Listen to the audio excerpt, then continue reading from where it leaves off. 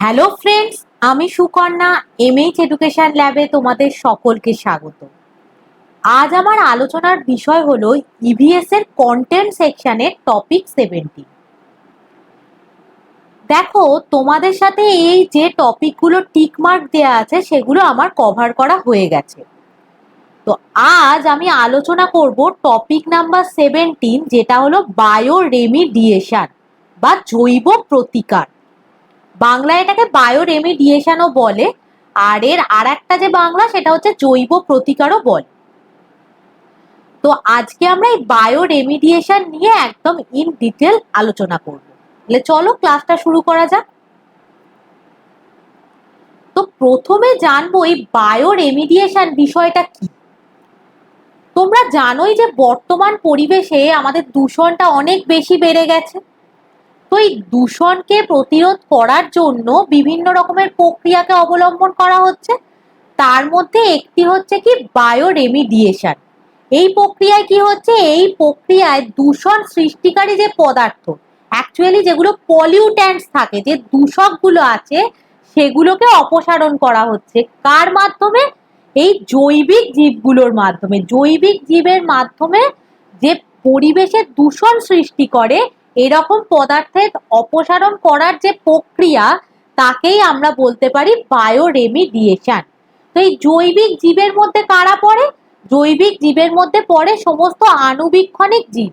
আণুবীক্ষণিক মানে মাইক্রোস্কোপিক যে অর্গানিজম গুলো থাকে, যেগুলোকে আমরা খালি চোখে দেখতে পাই না, যাদেরকে দেখার জন্য মাইক্রোস্কোপের ইউজ করতে হয়। তো এই আণুবীক্ষণিক জীবগুলোর মধ্যে কারা কারা পড়ছে? ছত্রাক পড়ছে, শ্যাওলা পড়ছে, ব্যাকটেরিয়া পড়ছে, যারা এই রকম যে ক্ষতিকারক পরিস্থিতি তৈরি হচ্ছে দূষণের জন্য, তার প্রতিকারে সহায়তা করছে। তাই জন্য এই যে পদ্ধতিটা, এটাকেই বলা হচ্ছে বায়ো রেমিডিয়েশন। তো দেখো, এখানে এই ছবিটাতে দেখিয়েছে যে এই যে এখানে যে যত দূষণ হচ্ছে, যত পলিউটেন্টস পদার্থ আছে, তাদেরকে কে প্রতিকার করছে? করার জন্য রয়েছে এখানে প্ল্যান্টস রয়েছে, ব্যাকটেরিয়া রয়েছে, ফাঙ্গি রয়েছে। এরা কি করছে? এরা এই সমস্ত দূষণকারী যে পদার্থগুলো আছে তাদেরকে কি করছে? বিশ্লিষ্ট করে দিচ্ছে, করে একটা গ্রিন আর্থ তৈরি করছে, অর্থাৎ একটা সবুজ পৃথিবী আমাদেরকে দিতে পারছে। তো এই টোটাল যে পদ্ধতিটা, এটাকেই আমরা বলবো বায়ো রেমিডিয়েশন। তো এই বায়ো রেমিডিয়েশনের সংজ্ঞা কি? দেখো, একটা সংজ্ঞা বলেছে যে বায়ো রেমিডিয়েশন হলো একটা বর্জ্য ব্যবস্থাপনা, যেখানে কি হচ্ছে, দূষিত স্থান থেকে দূষক নির্মূল করতে জীবন্ত প্রাণীর ব্যবহার করা হচ্ছে। আমি তো আগেই তোমাদের বললাম যে এখানে কি হচ্ছে, পলিউট্যান্টসকে নির্গমন করানোর জন্য বিভিন্ন মাইক্রোবসের আমরা ইউজ করতে পারছি, বিভিন্ন জৈব যে উপাদানগুলোকে আমরা ব্যবহার করতে পারছি। আর একটা হচ্ছে কি, বায়ো রেমিডিয়েশন হচ্ছে কি একটা চিকিৎসা কৌশল। তো যেখানে কি হচ্ছে, ক্ষতিকারক উপাদানগুলি তথা কম বিষাক্ত হতে পারে সেটা, আবার বিষাক্তহীনও পদার্থ হতে পারে, তাদেরকে ভেঙে দিয়ে কি হচ্ছে, কে ভাঙছে? প্রাকৃতিকভাবে সৃষ্ট জীব ব্যবহার করে তাদেরকে ভেঙে দেয়া হচ্ছে, হয়ে এই যে দূষণ যেগুলো হচ্ছে সেই দূষণকে প্রতিকার করার চেষ্টা করা হচ্ছে। এবারে বায়ো এই রেমিডিয়েশন যে পদ্ধতিটা রয়েছে, সেই পদ্ধতিকে কোন কোন কারণগুলো প্রভাবিত করে সেগুলো সম্পর্কে জান। প্রথম দেখো, একটা কারণ হচ্ছে এই দূষকগুলির ঘনত্ব। তো এই দূষকগুলো বুঝতেই পারছো যে যত বেশি পরিমাণে পলিউট্যান্টস থাকবে, তত জীবাণুর পরিমাণটা বৃদ্ধি পাচ্ছে। তো এর ঘনত্ব যদি কম হয়, তাহলে হচ্ছে কি, যে ব্যাকটেরিয়া যে অবক্ষয়কারী এনজাইমগুলো তৈরি করবে, তার মাত্রাটাও হ্রাস পাবে। যদি দূষকের মাত্রাটা বেশি হয়, তাহলে কি জীবাণুর মাত্রাটাও বেশি হবে। কিন্তু যদি দূষকের মাত্রাটা কম হয়, তাহলে জীবাণুর মাত্রা কম হবে। তো এই উচ্চ ঘনত্বের উপস্থিতিতে কি হচ্ছে, বিষাক্ত প্রভাবটা যত বেশি মাত্রায় দূষকগুলো কি উপস্থিত থাকছে, তত বেশি মাত্রায় তারা দূষণটা ছড়াচ্ছে। তো এই দূষকগুলোর ঘনত্বের ওপর কতটা পরিমাণ জীবাণু দরকার সেটা কিন্তু ডিপেন্ড করে। নেক্সট দেখো, কি পুষ্টির প্রাপ্যতা বলেছে। বলছে যে কার্বন বলো, নাইট্রোজেন, ফসফরাস, পটাশিয়াম, ক্যালসিয়াম, এরা কি করে? এরা এই যে অণুজীব আছে, মাইক্রোবস আছে, তাদের মাত্রাটাকে কিন্তু বৃদ্ধি করে। তো পুষ্টি প্রাপ্যতার ঘনত্ব সরাসরি দূষিত পদার্থের অবক্ষয়কে প্রভাবিত করে। তো এই যে পুষ্টি মাত্রাটার সাথেও কিন্তু আমাদের যে দূষিত পদার্থের যে ঘনত্বটা কিরম হবে সেটাও কিন্তু ডিপেন্ড করে। কিন্তু যদি নাইট্রোজেন, পটাশিয়াম বা ফসফরাসটা অত্যধিক মাত্রায় হয়ে যায়, তাহলে সেটা কিন্তু কি, সেটা একটা নেগেটিভ ইম্প্যাক্ট ফেলবে। আর একটা কি রয়েছে, সারফ্যাক্ট্যান্ট। সারফ্যাক্ট্যান্টস এর মধ্যে দেখো কিছু রয়েছে ফুড গ্রেড সারফ্যাক্ট্যান্টস রয়েছে, যেগুলো কি, যেগুলো হাইড্রোফোবিক জৈব দূষক বাড়াতে ব্যবহৃত হচ্ছে। তো এখানে কয়েকটা এক্সাম্পল দিয়েছে দেখো, ট্রিটন X100, একটু এক্সাম্পল গুলো তোমাদের মনে রাখতে হবে। টুইন 80, SDS, এরা কি, এরা পেট্রোলিয়াম থেকে প্রাপ্ত রাসায়নিক সারফ্যাক্ট্যান্টস। আর একটা কি, TMAS28, TMAS10, TMAS60, এরা আবার কি, এরা হচ্ছে ফুড গ্রেডেড সারফ্যাক্ট্যান্টস। তো জীবাণু দ্বারা উৎপাদিত এই সারফ্যাক্ট্যান্টস গুলো কি করে, এরা পরিবেশ দূষণ ঘটায়, এরকম দূষক পদার্থের পরিমাণ হ্রাস করতেও সহায়তা করে। এবার দূষিত মাটির ওপর সাথেও কিন্তু বায়োরেমিডিয়েশনটা রিলেটেড। মাটির কি, মাটির পিএইচ মাত্রাটা কিরকম হবে, টেক্সচার কিরকম হবে, ব্যাক্তিযোগ্যতা কি হবে, জল ধারণ ক্ষমতা, তাপমাত্রা, অক্সিজেনের প্রাপ্যতার দ্বারা বায়োরেমিডিয়েশন প্রক্রিয়াটা উল্লেখযোগ্যভাবে প্রভাবিত হয়। দেখো প্রথম পিএইচ কি, পিএইচ এর মাত্রাটা সবচেয়ে বেশি থাকা প্রয়োজন, যেটা মোটামুটি 6 থেকে 8 পর্যন্ত হলে এটা হচ্ছে সবচেয়ে ভালো হয়। যেমন নিরপেক্ষ পিএইচ এ কি হচ্ছে, হাইড্রোকার্বনের অবক্ষয়ের জন্য এটা উপযুক্ত। আবার কিছু ছত্রাক আছে, যারা অ্যাসিডোফিলিক জীবাণু আছে, যারা অম্লীয় পরিবেশে, মানে আম্লিক যখন পরিবেশটা হচ্ছে তখন দূষকদের অবক্ষয় করতে পারছে। তাহলে বিভিন্ন পিএইচ এর ভ্যালুতে বিভিন্ন ভাবে মাইক্রোবস গুলো অ্যাক্টিভিটি করছে, যে দূষকগুলোকে কিভাবে ধ্বংস করবে। আর তাপমাত্রা কি, তাপমাত্রারও একটা প্রভাব আছে। তাপমাত্রার প্রভাবটা ইনসিটু এক্সিটু দুটো অবস্থাতেই দিয়ে থাকে। যেমন বলছে 30 থেকে 40 ডিগ্রি সেলসিয়াস যে টেম্পারেচার, সেইটাতে হচ্ছে জৈব সংশ্লিষ্টতাটা সবচেয়ে বেশি হয়। নেক্সট দেখো অক্সিজেনের প্রাপ্যতা, অর্থাৎ অক্সিজেন দূষিত পদার্থের বায়োডিগ্রেডেশনের মাত্রা এবং হারকে কি করে, নির্ধারণ করে। তাহলে অক্সিজেনটা হচ্ছে কি একটা গুরুত্বপূর্ণ ফ্যাক্টর। এরোবিক বায়োডিগ্রেডেশন অ্যানারোবিক বায়োডিগ্রেডেশনের থেকে অনেক দ্রুত প্রক্রিয়া। তার মানে কি, যে এরোবিক যে বায়োডিগ্রেডেশন পদ্ধতিটা আছে সেটা অনেক স্পিডে হয় রাদার দ্যান অ্যানারোবিক বায়োডিগ্রেডেশন। এবার এই বায়োরেমিডিয়েশনটা কিভাবে হয় সেইটা আমরা জানবো, পদ্ধতিটা। দেখো কি বলছে, যে বায়োরেমিডিয়েশন একটা প্রক্রিয়া যাতে বিষাক্ত দূষকের বিষাক্ততাটা কমানো যায়। অর্থাৎ একটা দূষক যে মাত্রায় তার মধ্যে টক্সিসিটি থাকুক না কেন, তার এই টক্সিসিটিটাকে কমানোর যে পদ্ধতি, সেটাই হচ্ছে অ্যাকচুয়ালি বায়োরেমিডিয়েশন। তো এই ডিটক্সিফাই এটাকে করা যায়, বা এটাকে ধরো একদম টক্সিসিটিটাকে একদম কমিয়ে আনা যায়। তো দূষণকারী পদার্থের দূষণ অপসারণ প্রক্রিয়া মূলত দূষণকারী পদার্থের প্রকৃতির ওপর নির্ভর করে। এর মধ্যে কি কি রয়েছে, কীটনাশক হতে পারে, কৃষি রাসায়নিক পদার্থ, ক্লোরিনযুক্ত যৌগ, ভারী ধাতু, জৈব হ্যালোজেন, গ্রিনহাউস গ্যাস, পারমাণবিক বর্জ্য, রং, প্লাস্টিক, শাক, এগুলো সবকটাই কিন্তু এই দূষককারী পদার্থের মধ্যে পড়ে। তো এই দূষিত পরিবেশ থেকে বিষাক্ত বর্জ্য অপসারণের জন্য আমাদের পরিচ্ছন্নতার কৌশল হিসাবে এই বায়োরেমিডিয়েশন পদ্ধতিটা আমরা ব্যবহার করতে পারি। তো এই বায়োরেমিডিয়েশন পদ্ধতি ব্যবহার করা মানেই আমাদের কিসের সাহায্য নিতে হবে, অণুজীবের সাহায্য নিতে হবে। তার মাধ্যমে আমরা এই রকম এই দূষক পদার্থগুলোকে অপসারিত করতে পারবো। তো এই বায়োরেমিডিয়েশনের যে অণুজীবগুলো ব্যবহার করা হয় তাদেরকে আবার দুভাবে ব্যবহার করা যেতে পারে। একটা হচ্ছে কি এরোবিক বায়োরেমিডিয়েশন, আর একটা আছে অ্যানারোবিক বায়োরেমিডিয়েশন। এরোবিক কথাটা থেকেই বুঝতে পারছো, যখন একটা জীবের পরিবেশগত দূষণ ভাঙতে অক্সিজেনের প্রয়োজন হয় তখনই সেটা এরোবিক বায়োরেমিডিয়েশন। তাহলে এরোবিক বায়োরেমিডিয়েশন পদ্ধতিটা কখন হবে, যখন অক্সিজেন উপস্থিত থাকবে। আর যখন অক্সিজেন উপস্থিত থাকে না, একটা জীব এমনি পরিবেশগত দূষককে ভাঙতে পারে অক্সিজেনের সাহায্য ছাড়াই, তাকে আবার কি বলা হচ্ছে, অ্যানারোবিক বায়োরেমিডিয়েশন। দেখো এখানে ছবিতে দেখিয়েছি যে যখন অক্সিজেন উপস্থিত থাকছে কিছু কিছু পলিউট্যান্টসকে, যে এই যে বায়োরেমিডিয়েশন পদ্ধতি, এখানে পলিউট্যান্টসটাকে ভাঙার জন্য অক্সিজেনের প্রেজেন্স লাগছে, অক্সিজেনের উপস্থিতিতে পলিউট্যান্টস গুলোকে বিনষ্ট করা যাচ্ছে। তেমনি এখানে আবার দেখো, এখানে যে দূষক গুলো আছে সেই দূষকের যে তাকে ভাঙতে গেলে আমার কিন্তু কোনো অক্সিজেনের প্রয়োজন হচ্ছে না। তাহলে এটা হচ্ছে কি, এটা অ্যানারোবিক আর এটা হচ্ছে অ্যারোবিক। নেক্সট দেখো, এই বায়োরেমিডিয়েশন পদ্ধতিতে কি কি অণুজীব ব্যবহার করা হয় তার একটা চার্ট দেওয়া হয়েছে। ফার্স্ট দেখো কি দেওয়া হয়েছে, সিউডোমোনাস। সিউডোমোনাস কি করছে, অয়েল কন্টামিনেটেড, অর্থাৎ কোনোভাবে অয়েল স্পিল মিশে গেছে, তো এই অয়েল কন্টামিনেটেড সয়েলকে বায়োরেমিডিয়েট করার জন্য সিউডোমোনাসের ব্যবহার করা হয়।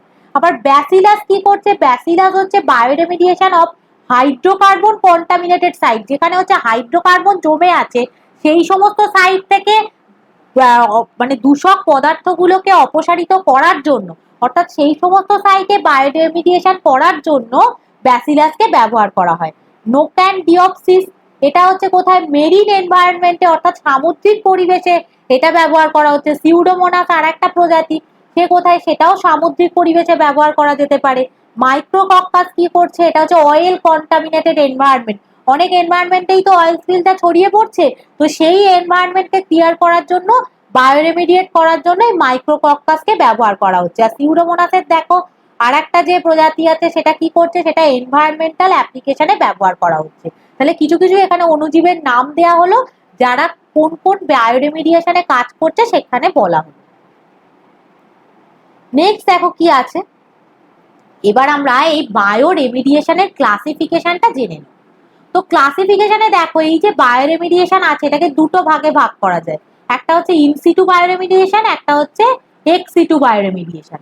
তো ইনসিটু যে বায়োরেমিডিয়েশন আছে সেটার মধ্যে কি কি পড়ে, একটা হচ্ছে ইন্ট্রিনসিক আর একটা হচ্ছে ইঞ্জিনিয়ার্ড বায়োরেমিডিয়েশন। আর এক্সিটু যেটা, তার মধ্যে একটা স্লারি ফেজ আছে, একটা সলিড ফেজ আছে। তো ইনসিটু যে বায়োরেমিডিয়েশন এটা হচ্ছে ইনসাইট হয়, অর্থাৎ যে দূষণের যে স্থানটা সেখানেই বায়োরেমিডিয়েশনটা করা হচ্ছে, পারফর্ম হচ্ছে। আর এক্সিটুটা হচ্ছে কি, এটা দূষণের স্থানে হয় না, সেই স্থান থেকে অন্য জায়গায় গিয়ে এই বায়োরেমিডিয়েশন পদ্ধতিটা হচ্ছে। তো একটা এখানে ইন্ট্রিনসিক মেথড আছে, আর একটা যে ইঞ্জিনিয়ার্ড বায়োরেমিডিয়েশন, যার মধ্যে আবার বায়োস্পার্জিং, বায়োভেন্টিং, বায়োস্লার্জিং, তারপর তোমার বায়ো অগমেন্টেশন, এই সমস্ত পদ্ধতিগুলো কিন্তু পড়ে। আর এই এক্সিটুর মধ্যে bio piling, land farming, composting, bio filter, এই সমস্ত পদ্ধতিগুলো আবার পড়ে এক্সিটু বায়োরেমিডিয়েশনের মধ্যে। এবার এই যে পদ্ধতিগুলো এগুলো আমরা ডিটেলে একটু দেখে নেব। দেখো প্রথমেই যেটা জানবো সেটা হচ্ছে ইনসিটু বায়োরেমিডিয়েশন। এর মধ্যে কি কি রয়েছে, এর মধ্যে বলেছে যে দূষণের জায়গায় দূষিত পদার্থের চিকিৎসা করা, অর্থাৎ আমরা যদি যেখানে পলিউশনটা ঘটেছে সেই প্লেসেতেই বায়োরেমিডিয়েশনটা করে থাকি, তাহলে সেটাকে আমরা বলবো ইনসিটু বায়োরেমিডিয়েশন। তো এই ইনসিটু বায়োরেমিডিয়েশনটা কি এক্সিটু বায়োরেমিডিয়েশনের থেকে বেশি সাশ্রয়ী, কেননা দূষণের স্থানেই এটা হয়ে যাচ্ছে। তার মধ্যে এটাকেও দুটো ভাগে, একটা অভ্যন্তরীণ মানে ইন্ট্রিনসিক করা হচ্ছে, আর একটা বায়োরেমিডিয়েশনটা হচ্ছে ইঞ্জিনিয়ার্ড বায়োরেমিডিয়েশন হচ্ছে। তো ইনসিটু মানে ইন্ট্রিনসিক যেটা বায়োরেমিডিয়েশন আছে তার মধ্যে কি, এখানে মানব হস্তক্ষেপ ছাড়াই এই প্রতিকারটা মানে দূষণটাকে নিয়ন্ত্রণ করা সম্ভব, এখানে মানব হস্তক্ষেপ ছাড়াই হয়ে যাচ্ছে। কিন্তু এখানে হচ্ছে কি, এখানে বিভিন্ন নিউট্রিয়েন্ট গুলোকে অ্যাড করে বিভিন্ন পদ্ধতিতে আমরা ইঞ্জিনিয়ার যে বায়োরেমিডিয়েশনটা করতে পারি। তো এগুলো এবার ডিটেলে আমরা দেখবো। দেখো ওই যেটা তোমার এখানে দেখছো যে এনহ্যান্স বায়োরেমিডিয়েশন, তারই বিভিন্ন স্টেপগুলো মানে বিভিন্ন পদ্ধতিগুলো হচ্ছে এইগুলো, এই বায়োভেন্টিং আছে, বায়োস্লার্পিং আছে, বায়োস্পার্জিং আছে, আর আছে ফাইটো রেমিডিয়েশন, আর একটা পদ্ধতি আলাদা। তো এই পদ্ধতিগুলো এবার আমরা দেখবো যে বায়োরেমিডিয়েশন কোন কোন পদ্ধতির মাধ্যমে সম্পন্ন হয়। তো প্রথমেই দেখবো কি, প্রথমেই যেটা দেখবো সেটা হচ্ছে বায়োভেন্টিং। দেখো বায়োভেন্টিং এ কি বলছে, এখানে অক্সিজেনের উপস্থিতিতে দূষণকারী পদার্থের অবক্ষয় করানো হয়। তো এখানে কি হচ্ছে, মাটির মধ্যে কি জীবাণুটাকে বাড়িয়ে দেওয়া হচ্ছে, এখানে দেখো অক্সিজেনটাকে ইনজেক্ট করা হচ্ছে। তো অক্সিজেনের প্রেজেন্সে হচ্ছে, অর্থাৎ এটা একটা এরোবিক প্রসেস, এরোবিক প্রসেসের মাধ্যমে আমরা কি করছি, মাটিতে জীবাণুটাকে বাড়িয়ে দেওয়া হচ্ছে। কেন জীবাণুকে বাড়িয়ে দেওয়া হচ্ছে, যে পলিউট্যান্টস গুলো রয়েছে মাটির মধ্যে, সেই পলিউট্যান্টস গুলোকে অবক্ষয় করানোর জন্য মাটিতে জীবাণুর পরিমাণ বাড়িয়ে দেওয়া হচ্ছে, তার জন্য অক্সিজেনটা ইনজেক্ট করে দেওয়া হচ্ছে। তো এখানে যে পলিউট্যান্ট যে সয়েলটা আছে, যে কন্টামিনেটেড সয়েলটা আছে, তার থেকে দূষকগুলোকে অপসারণ করা যাচ্ছে। এটাই হচ্ছে বায়োভেন্টিং প্রসিডিওর। তোমাদের এই প্রসিডিওর গুলো সম্পর্কে একটু করে তথ্য নিয়ে রাখতে হবে, যে কোনটা কি প্রসিডিওর। হয়তো তোমাদের পদ্ধতিটা তুলে দিয়ে বললো এটা কি ধরনের বায়োরেমিডিয়েশন পদ্ধতি, তাহলে তোমাদের একটু করে বিষয়টা জেনে রাখতে হবে। এরপর দেখো বায়োস্লার্পিং। এই বায়োস্লার্পিং বিষয়টা কি, এখানে হচ্ছে হাইড্রোকার্বন দূষিত স্থান, তাহলে যে যে স্থানে হাইড্রোকার্বন দূষণ রয়েছে সেখানে এই ধরনের বায়োস্লার্পিংটাকে ইউজ করা হচ্ছে। এখানে কি ইউজ করা হচ্ছে, ভ্যাকুয়াম বর্ধিত ডিওয়াটারিং প্রযুক্তির ব্যবহার করা হচ্ছে। তাহলে এখানে কি ভ্যাকুয়াম পাম্পের ব্যবহার করা হচ্ছে, করে কি করা হচ্ছে, করে দূষণটাকে নির্মূল করা হচ্ছে। নেক্সট দেখো কি আছে, বায়োস্পার্জিং।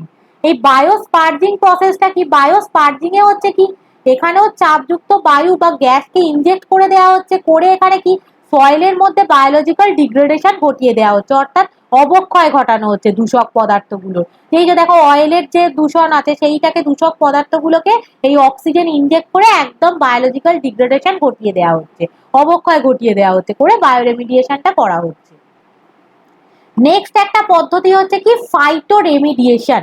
তো ফাইটো রেমিডিয়েশন কি বলছে, এখানে বলছে দূষিত মাটিকে দূষণ মুক্ত করছে, অর্থাৎ যদি কোনো পলিউটেড সয়েল হয় বা কন্টামিনেটেড সয়েল হয়, সেই কন্টামিনেটেড সয়েল থেকে দূষণ মুক্ত করার জন্য এই ফাইটো রেমিডিয়েশন পদ্ধতিটা ব্যবহার করা। তো দূষিত স্থানে কি বলছে, ভৌত, রাসায়নিক, জৈবিক, মাইক্রোবায়োলজিক্যাল, জৈব রাসায়নিকের মতো উদ্ভিদের মিথস্ক্রিয়াগুলোর ওপর ভিত্তি করে এই কৌশলটা কি হচ্ছে, দূষণকারীর বিষাক্ত বৈশিষ্ট্যগুলোকে হ্রাস করছে, যা দূষণকারীর পরিমাণ ও প্রকৃতির ওপর নির্ভর করে। এবার ফাইটো রেমিডিয়েশনের সাথে জড়িত কি নিষ্কাশন, অবক্ষয়, পরিস্রাবণ, স্থিতিশীলতা, উদ্বায়ীকরণ, এই সমস্ত পদ্ধতিগুলো কিন্তু এর সাথে ইনভলভ থাকছে। ভারী ধাতুর মতো দূষকগুলো সাধারণত নিষ্কাশন, রূপান্তরের মাধ্যমে অপসারণ করা হয়। আর জৈব দূষণকারী হাইড্রোকার্বন হতে পারে, ক্লোরিনযুক্ত যৌগ হতে পারে, যেগুলোর বেশিরভাগই অবক্ষয়, স্থিতিশীলকরণ এবং উদ্বায়ীকরণের মাধ্যমে যাদেরকে অপসারণ করা যায়, সেইভাবে এটাকে অপসারণ করা হয়। এবার দেখো এই যে ফাইটো রেমিডিয়েশন এখানে দেখিয়েছে যে বিভিন্ন পার্টে, কোনো কোনো পার্টে ভোলাটাইলাইজেশন করা হচ্ছে, কোথাও ফাইটো ডিগ্রেডেশন করা হচ্ছে, কোথাও আবার ফাইটো স্টেবিলাইজেশন করা হচ্ছে, কোথাও ফাইটো এক্সট্রাকশন হচ্ছে, ফাইটো স্টিমুলেশন হচ্ছে। দেখো এই পার্টে, এইখানের পার্টটা থেকে আবার রাইজো ফিল্ট্রেশন যেটা, সেটা হচ্ছে। তো এক একটা পার্টের কিন্তু এক এক ভাবে হচ্ছে। তো এখন ফাইটো রেমিডিয়েশন পদ্ধতিটা এখানে একদম ইন ডেপথে দেখানো হয়েছে। এখানে যেমন পলিউটেন্টস এর ভোলাটাইলাইজেশন হচ্ছে, এখানে আবার ডিগ্রেডেশন একদম ভেঙে দেওয়া হচ্ছে ফাইটো ডিগ্রেডেশনের মাধ্যমে, এখানে স্টেবিলাইজ, স্থিতিশীলকরণ করা হচ্ছে। এখানে এই যে এইগুলো দেখো, এখানে পাতার কোনো একটা অংশকে নিয়ে সেটাকে এক্সট্রাক্ট করে নেওয়া হচ্ছে। তারপরে এখানে স্টিমুলেশন করা হচ্ছে, মাইক্রোবিয়াল অ্যাক্টিভিটিটাকে বাড়ানোর জন্য এই পার্টটায় স্টিমুলেট করা হচ্ছে, যেটাকে ফাইটো স্টিমুলেশন বলা হচ্ছে। এটাকে বলা হচ্ছে রাইজো ফিল্ট্রেশন, এই জায়গায় করা হচ্ছে। তো এই ফাইটো রেমিডিয়েশনেরই এইগুলো হচ্ছে বিভিন্ন স্টেপস, এর মাধ্যমে ফাইটো রেমিডিয়েশন পদ্ধতিটা সম্পন্ন হচ্ছে। এর পরবর্তী একটা পদ্ধতি হচ্ছে কি বায়ো স্টিমুলেশন। তো এই বায়ো স্টিমুলেশনে কি হচ্ছে, বায়ো রেমিডিয়েশনে সক্ষম ব্যাকটেরিয়াকে উদ্দীপিত করার জন্য পরিবেশের পরিবর্তন জড়িত, যার মধ্যে কি আছে ফসফরাস, নাইট্রোজেন, অক্সিজেন বা কার্বন সীমিত হারে যোগ করা যেতে পারে। তাহলে এখানে নিউট্রিয়েন্ট অ্যাড করা হচ্ছে, ঠিক আছে, পরিবেশ থেকে কি হচ্ছে বিভিন্ন রকমের নিউট্রিয়েন্ট অ্যাড করা হচ্ছে, সেটা নাইট্রোজেন হতে পারে, ফসফরাস হতে পারে, অক্সিজেন হতে পারে, কার্বন হতে পারে। এই নিউট্রিয়েন্ট গুলো কি করা হচ্ছে, অ্যাড করা হচ্ছে সয়েলে, যাতে সেগুলো কি করে, সেগুলো যাতে যত পরিবেশ দূষণকারী পদার্থ আছে তাদেরকে অবক্ষয় ঘটাতে পারে। এটাকে বলা হচ্ছে বায়ো স্টিমুলেশন। আর বায়ো অগমেন্টেশন হচ্ছে কি, যে মাটি ও ভূগর্ভস্থ জলে দূষিত পদার্থগুলোকে জৈব অবক্ষয় ঘটানো, অর্থাৎ অণুজীব যোগ করেই কিন্তু হচ্ছে। এখানেও মাইক্রোবস গুলোকে ইন্ট্রোডিউস করা হচ্ছে, মাইক্রোবস গুলোকে ইন্ট্রোডিউস করিয়ে এখানে যে দূষক গুলো রয়েছে সেটা মাটিতেও হতে পারে, ভূগর্ভস্থ জলেও হতে পারে, করে কি করা হচ্ছে, এই যে যে তোমার দূষক গুলো রয়েছে সেই দূষক গুলোর জৈব অবক্ষয় ঘটানো হচ্ছে। অবক্ষয় ঘটানোর পর সেগুলো কি হচ্ছে, সে সাকসেসফুলি আমরা বায়ো রেমিডিয়েশন সম্পন্ন করতে পারছি। এটাকে বলা হচ্ছে বায়ো অগমেন্টেশন। এরপরে যেটা জানবো সেটা হচ্ছে কি এক্সিটু বায়ো রেমিডিয়েশন, যেটা কিন্তু অ্যাকচুয়ালি যে অরিজিনাল প্লেস যেখানে পলিউশনটা হচ্ছে সেই জায়গায় হয় না, সেইটা ছাড়া বাইরের কোনো একটা জায়গায় হচ্ছে। তো এখানে কিন্তু এর খরচটা বেশি হয়, এটা একটু বেশি ব্যয়বহুল হয় এই এক্সিট টু বায়ো রেমিডিয়েশনটা। তো এখানে কি হচ্ছে দেখো, এখানে বলছে দূষিত মাটি বা জল অপসারণ করা হচ্ছে। এক্সিটু বায়ো রেমিডিয়েশনে বায়ো রিঅ্যাক্টর ব্যবহার করতে পারে এবং পরিবেশ দূষণকারী যে ভাঙন দ্রুত করতে পারে এবং পুষ্টিমৌলটাকে বৃদ্ধি করতে পারে। যত হচ্ছে পরিবেশ দূষণ করে এরকম যে দূষক গুলো আছে তাদের ভাঙনটাকে কি, ভাঙনকে দ্রুত করতে পারে, মানে ভাঙনটা আরো যাতে স্পিডে হয় সেটাতে হেল্প করে এটা। তো এর বিভিন্ন পদ্ধতি আছে দেখো, একটা বায়ো রিঅ্যাক্টর আছে, একটা বায়ো পাইলিং আছে, বায়ো ফিল্টার আছে, আর একটা রয়েছে ল্যান্ড ফার্মিং। এবার এক একটা করে আমরা জেনে নেব। প্রথম হচ্ছে কি জানবো, বায়ো রিঅ্যাক্টর। বায়ো রিঅ্যাক্টর হচ্ছে একটা বড় পাত্র, যেখানে কি হচ্ছে, যেখানে হচ্ছে হতে পারে তোমার প্ল্যান্ট সেল থাকতে পারে বা অ্যানিমাল সেল থাকতে পারে, নিয়ে সেটাকে কি করা হচ্ছে, কালচার করা হচ্ছে। এবার এর তাপমাত্রা, পিএইচ, সাবস্ট্রেট, অক্সিজেন ইত্যাদি সর্বোচ্চ মানে এগুলো একটা অপটিমাম লেভেলে তোমার সাপ্লাই করতে হবে, তবে কিন্তু কালচার বা প্রতিপালনটা ঠিকঠাক করে হবে। তাহলে এইগুলো যদি ঠিকঠাক থাকে, ধরো এটা তাপমাত্রা রেগুলেট করছে, পিএইচ রেগুলেট করছে, করে কি করছে, কালচারটা ঠিকঠাক ভাবে হচ্ছে। কোথায় হচ্ছে, বায়ো রিঅ্যাক্টরের মধ্যে হচ্ছে। এটা হচ্ছে এক্সি2, একটা টাইপের এক্সি2 বায়োরেমিডিয়েশন। নেক্সট কি আছে, বায়ো পাইলিং। আমরা কোনো কিছু পাইল করি বলি না, তো এটা হচ্ছে বায়ো পাইলিং, হচ্ছে কি কম্পোস্ট পাইল নামেও পরিচিত।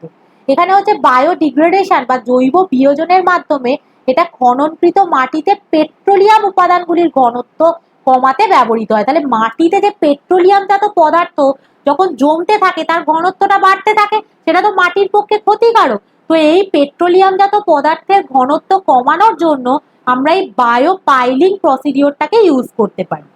তাহলে কোন প্রসিডিওরটা কি কাজে ইউজ করব সেটা কিন্তু তোমাদের মনে রাখতে হবে। নেক্সট যেটা কি, নেক্সট জায়গাটা হচ্ছে বায়ো ফিল্টার। ধরো একটা গ্যাসের যে প্রবাহ, সেটাকে আমরা কি একটা দেখো কোয়ান্টাম, এটা হচ্ছে কি করে, এটা হচ্ছে অ্যাকচুয়ালি যে পলিউটেড এয়ারটাকে একটা ক্লিন এয়ারে কনভার্ট করছে। কিভাবে করছে, এখানে হচ্ছে দেখো যে এখান থেকে কন্টামিনেটেড এয়ারটা ঢুকছে, ঢুকে এটা ফিল্টার বেডের মধ্যে দিয়ে যাবে। এটা হচ্ছে ফিল্টার বেড। তো এই ফিল্টার বেডটা আবার কি কি দিয়ে তৈরি, কম্পোস্ট দিয়ে তৈরি, গাছের ছাল, পিট এগুলো দিয়ে তৈরি। যার মধ্যে আবার কি থাকে, যার মধ্যে একটা পাতলা ফিল্ম থাকছে, কিসের, এখানে জলের একটা পাতলা ফিল্ম থাকছে, যেটা আবার কি কন্টেন্ট করছে, যার মধ্যে আবার মাইক্রোবস থাকছে। তো এই মাইক্রোবস গুলো কি করছে, মাইক্রোবস গুলো যে কন্টামিনেটেড যে এয়ারটা আছে তার থেকে যে দূষক গুলো আছে সেগুলোকে ভেঙে দিচ্ছে, ভেঙে দিয়ে যে এয়ারটা বের করে দিচ্ছে সেটা হচ্ছে ক্লিন এয়ার। তো এই যে পদ্ধতিটা যার মাধ্যমে সম্পন্ন হচ্ছে সেটাকে বলা হচ্ছে বায়ো ফিল্টার। ঠিক আছে, তো ফিল্টারের উপাদান জলের একটা পাতলা ফিল্ম বহন করে, যেটা কি, যেটা আবার মাইক্রো অর্গানিজম, যার মধ্যে মাইক্রোব থাকছে, যেটাই অ্যাকচুয়ালি কি করছে, এই দূষকগুলোর অবক্ষয়ে হেল্প করছে। তাহলে এখানে হচ্ছে পরবর্তী যে স্টেপ, মানে পরবর্তী যে পদ্ধতিটা রয়েছে সেটা হচ্ছে কি ল্যান্ড ফার্মিং। তো এই ল্যান্ড ফার্মিং হচ্ছে কি, এটাও একটা এক্সি2 বায়োরেমিডিয়েশন মেথড। তো এখানে কি হচ্ছে, মাটির উপরের অংশে দেখো, এটা হচ্ছে ওপরের একদম, এতক্ষণ তো তোমরা মাটির ভেতরের অংশে দেখছিলে, এটা হচ্ছে একদম মাটির ওপরের অংশে যে দূষকগুলো থাকে সেগুলোকে স্থানান্তর করার প্রক্রিয়া, সেই দূষকগুলোকে স্থানান্তর করে দিচ্ছে, করার যে প্রক্রিয়া সেটাকেই বলা হচ্ছে ল্যান্ড ফার্মিং। আর কম্পোস্টিং হচ্ছে কি, কম্পোস্টিংটা খুব গুরুত্বপূর্ণ, এটা একটা জৈবিক প্রক্রিয়া। এখানে জৈব যে দূষকগুলো অণুজীব দ্বারা কি হচ্ছে, স্থিতিশীল পদার্থে পরিণত হয়ে যাচ্ছে। তাহলে এখানে হচ্ছে একটা অণুজীবের ভূমিকা রয়েছে। নেক্সট যেটা খুব ইম্পর্টেন্ট, ভার্মি কম্পোস্টিং, এটা কিন্তু খুব ইম্পর্টেন্ট এই ভার্মি কম্পোস্টিংটা। এখানে কি হচ্ছে, কেঁচো জৈব বর্জ্যকে উচ্চ পুষ্টি উপাদান সমৃদ্ধ সারে পরিণত করছে। তাহলে কেঁচোর কি, কেঁচোর কাজ হচ্ছে যে জৈব বর্জ্য যেটা আছে তাকে উচ্চ পুষ্টি উপাদান সমৃদ্ধ সারে পরিণত করা। এই ভার্মি কম্পোস্টিং এর উপকারিতাটা কি, এর প্রধান সুবিধা হলো উদ্ভিদের শিকড় বিকাশ করে, মাটির গঠন উন্নত করে, মাটির উর্বরতা, জল প্রতিরোধ ক্ষমতা ইত্যাদি বাড়ায়। তারপর অঙ্কুরোদ্গম যে ব্যাপারটা আছে, অঙ্কুরোদ্গমটাকে বৃদ্ধি করে, গাছের বৃদ্ধিতে সহায়তা করে। গাছের বৃদ্ধির জন্য দায়ী যে হরমোন যেগুলো থাকে, অক্সিন, জিব্বারেলিক অ্যাসিড, এগুলোতে কি ইত্যাদি দিয়ে মাটিকে লালন করে, অর্থাৎ মাটির লালন পালনে সহায়তা করে। এবার আমরা জেনে নেবো কি বায়ো রেমিডিয়েশনের গুরুত্ব। এতক্ষণ তো আমরা বায়ো রেমিডিয়েশন পড়লাম, তার শ্রেণীভাগ পড়লাম, কেন বায়ো রেমিডিয়েশন করা হয় সেটাও পড়লাম। এবার বায়ো রেমিডিয়েশনের গুরুত্বটা কি, এর প্রয়োজনীয়তাটা কি, সেটা এবার জানবো। দেখো, পরিবেশগতভাবে এই বায়ো রেমিডিয়েশনটা কিন্তু বন্ধুত্বপূর্ণ।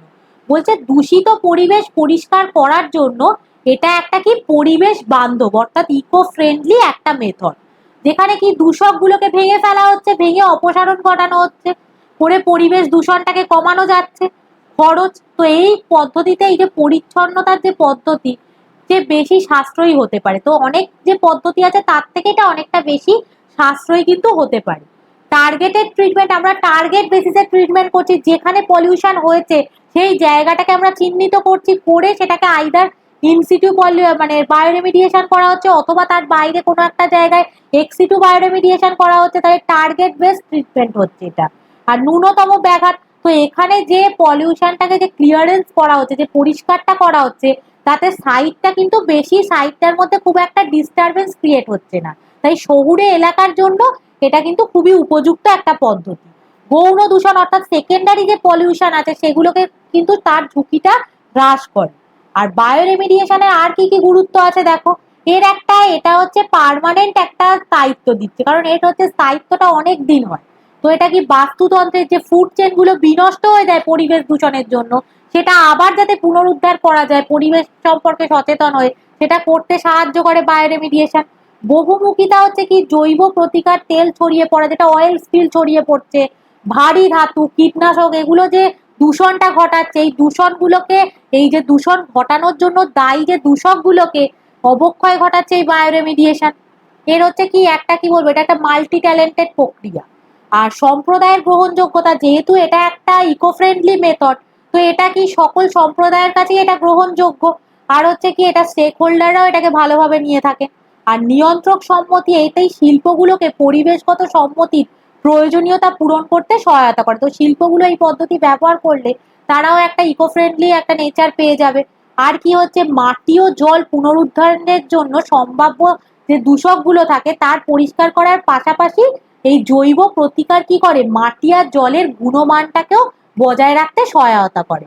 তাহলে এটা কি একটা আমাদের সাস্টেনেবল এনভায়রনমেন্ট বজায় রাখতে কিন্তু সহায়তা করছে, অর্থাৎ স্থিতিশীল পরিবেশ বজায় রাখতে এই বায়ো রেমিডিয়েশন কিন্তু সহায়তা করে। তাহলে আজকে আমরা বায়ো রেমিডিয়েশন এই পদ্ধতি সম্পর্কে ডিটেলে জানলাম। তোমাদের যদি এই ক্লাস সংক্রান্ত কোনো ডাউট থাকে তাহলে আমি ডাউট ক্লিয়ারিং সেশনে তোমাদের ডাউটগুলো ক্লিয়ার করে দেবো। তাহলে চলো আজকে ক্লাসটা এই পর্যন্ত রইলো, দেখা হবে পরবর্তী ক্লাসে। ধন্যবাদ।